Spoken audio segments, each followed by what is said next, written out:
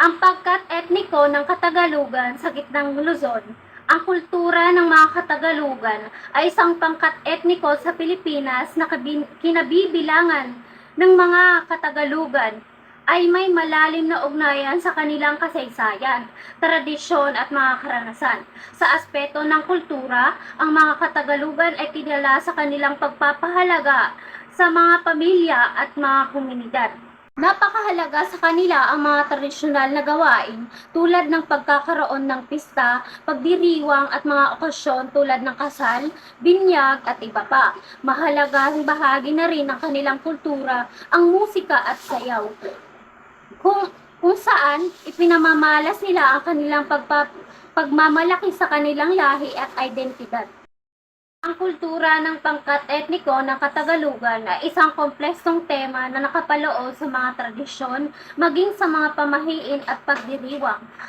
Ang kanilang mga pag-uugali ng mga Pilipino ay nakaugnay sa kanilang pagkakalikha bilang isang pangkat-etniko.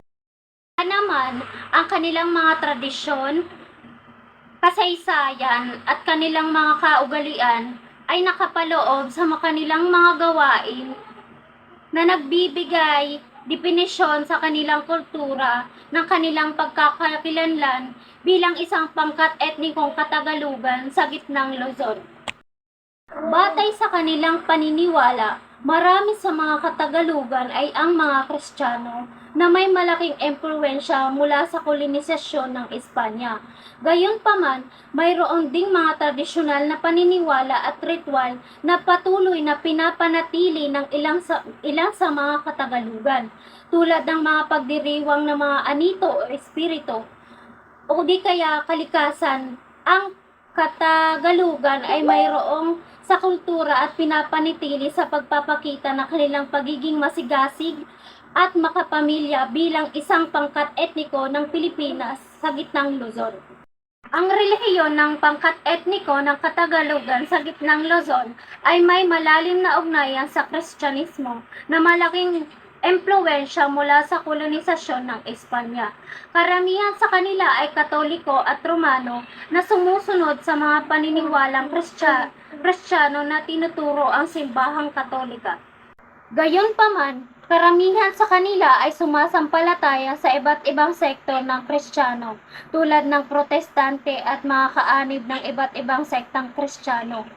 Sa kabuuan, ang mga pangkat-etniko ng Katagalugan sa gitnang Luzon ay may iba't ibang antas ng pagkakaugnay ng Kristyanismo na nagpapakita ng kanilang pluralidad at kultural na kahalagahan ng lipunang Pilipino.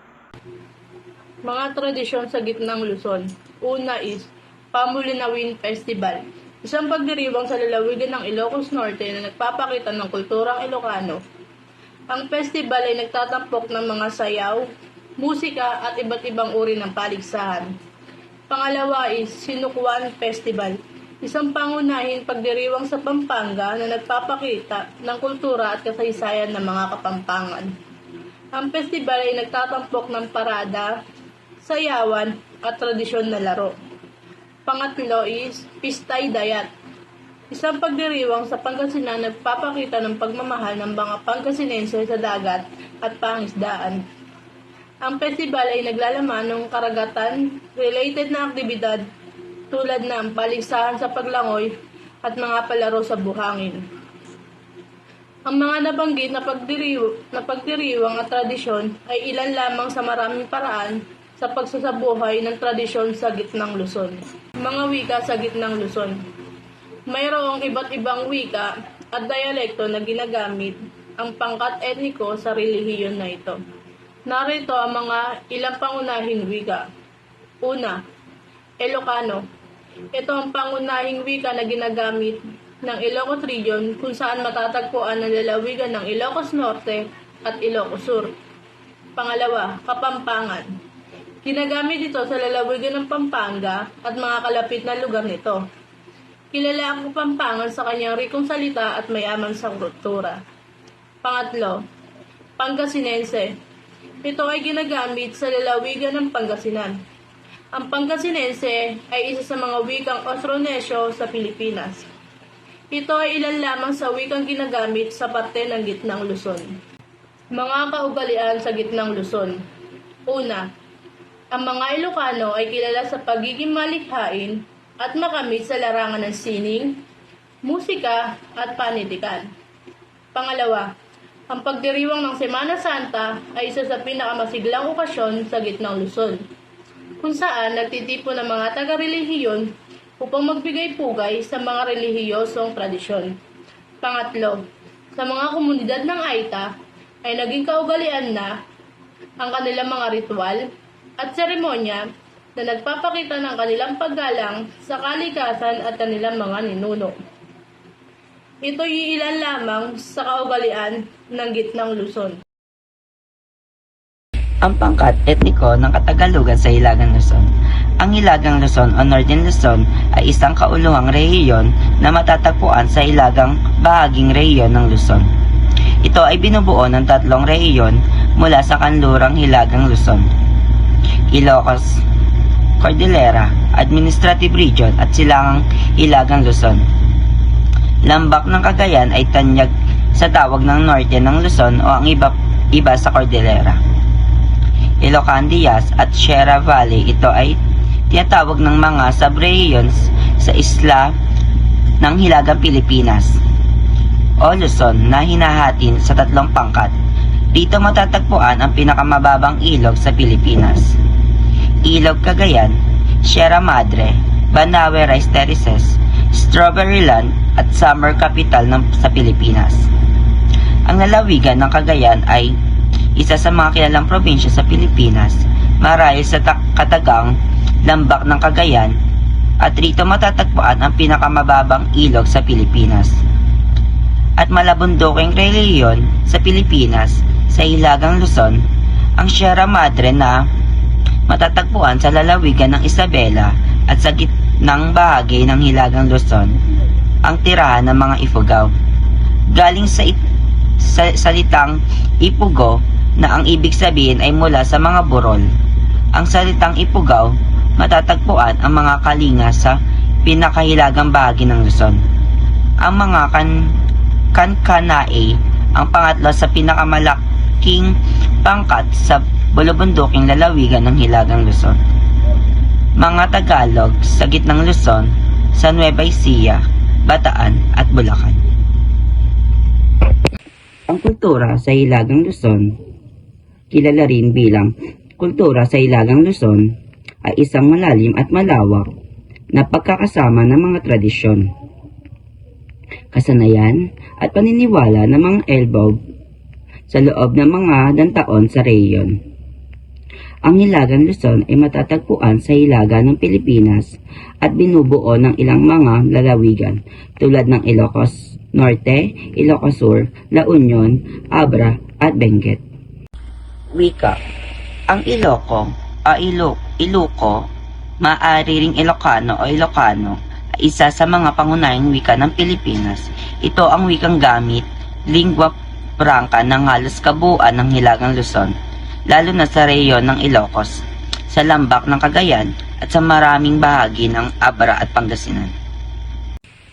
Ang pangunahing wika na ginagamit sa Hilagang Luzon ay Ilocano, isang miyembro ng pamilya ng wika na Malayo Polynesian. Gayunpaman, iba't ibang wika tulad ng Pangasinan at Kankanae ay dinig nito sa ilog Maibig. Ang Hilagang Luzon ay binubuo ng mga rehiyon tulad ng Ilocos Region, Cagayan Valley, Cordillera Administrative Region at marami pang iba. Kaya hindi katakataka na maraming pangkat etniko ang naninirahan dito. Ilan sa mga pangunahing pangkat etniko dito ay ang mga Ilocano, Igorot, kasama ang mga Ifugao, Kalinga, Ibanag, Itawes at Isnig. Ang mga Ilocano ay kilala sa kanilang pagiging malikhain at masipag sa pagsasaka. Ang kanilang relihiyon ay Kristiyano na karamihan ay Katoliko Romano, habang ang mga Igorot naman ay may malalim na ugnayan sa kalikasan at may mga tradisyonal na paniniwala at ritual. Ang relihiyon nila ay katutubo kung saan naniniwala sila sa mga espiritu ng kalikasan at ang kanilang mga ninuno. Ang mga Ibanig at Itawes ay matatagpuan sa Cagayan Valley at kilala sa kanilang mga tradisyonal na awit, sayaw at panitikan. Sila ay mayroong mga tradisyonal na paniniwala na may kaugnayan sa kanilang pagsasaka at pangingisda. Ang mga snake sa kabilang banda ay naninirahan sa ilang mga lugar sa Hilagang Luzon at sila ay kilala sa kanilang mga tradisyonal na sining at pananamit. Sila rin ay may mga paniniwalang ritual na nagpapakita ng kanilang ugnayan sa kalikasan at espiritual. Sa makatuwid, ang mga pangkat etniko sa Hilagang Luzon ay may mga relihiyon na Katoliko Romano at ang iba naman ay mga sumasamba sa espiritu ng kalikasan na nagbibigay sa kanila ng kanilang mga kain. Ang Hilagang Luzon ay may iba't ibang tradisyon at kultura. Halimbawa, ang mga Igorot sa Cordillera Region ay kilala sa kanilang tradisyonal na pagsasaka at pagmimina, pati na rin sa kanilang pagpapahalaga sa mga ritual at seremonya tulad ng pag-aani ng palay o panunuluyan.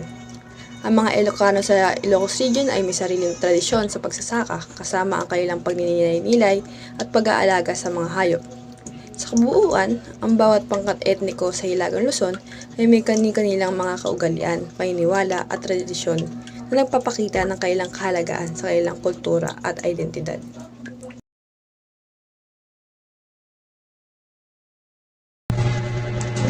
Sa rehiyong ito, maaaring makita ang iba't ibang relihiyosong grupo na nagpapakita ng pagkakaibang paniniwala at praktis. Ang Katoliko ay ang pangunahing relihiyon sa lugar na ito. Ang mga katimugang Luzon ay nagpapakita ng malalim na paniniwala sa kanilang kasaysayan at kultura. Maaari mong makita ang pagkilos at pagsasaad ng kanilang paniniwala sa pamamagitan ng iba't ibang aspeto tulad ng edukasyon, ekonomiya at pampolitika. Ang kultura ng mga katimugang Luzon ay nagpapakita ng malalim na ugnayan sa kanilang kalikasan, kasaysayan at tradisyon. Ang mga lokal na wika, sining, panitikan at iba pang aspeto ng kultura ay nagtataglay ng pagkakaiba-iba na nagmumula sa kanilang pagkakakilanlan bilang isang rehiyon. Mga tradisyon sa Katimugang Luzon. Penaprancia Festival sa Naga, Camarines Sur. Ito ay piyesta o pagdiriwang sa rehiyon ng Bicol. Ito ay isang pagdiriwang na nagpupugay sa birhen ng Penaprancia. Pangalawa, Sinulog Festival sa Cebu. Ito ay piyesta na ginaganap tuwing ikatlo ng linggo ng Enero sa Cebu City. Ito ay para sa Señor Santo Niño. Dinagyang Festival sa Iloilo. Ang Dinagyang Festival ay isang makulay na pagdiriwang na ginaganap kapag Enero sa Iloilo City.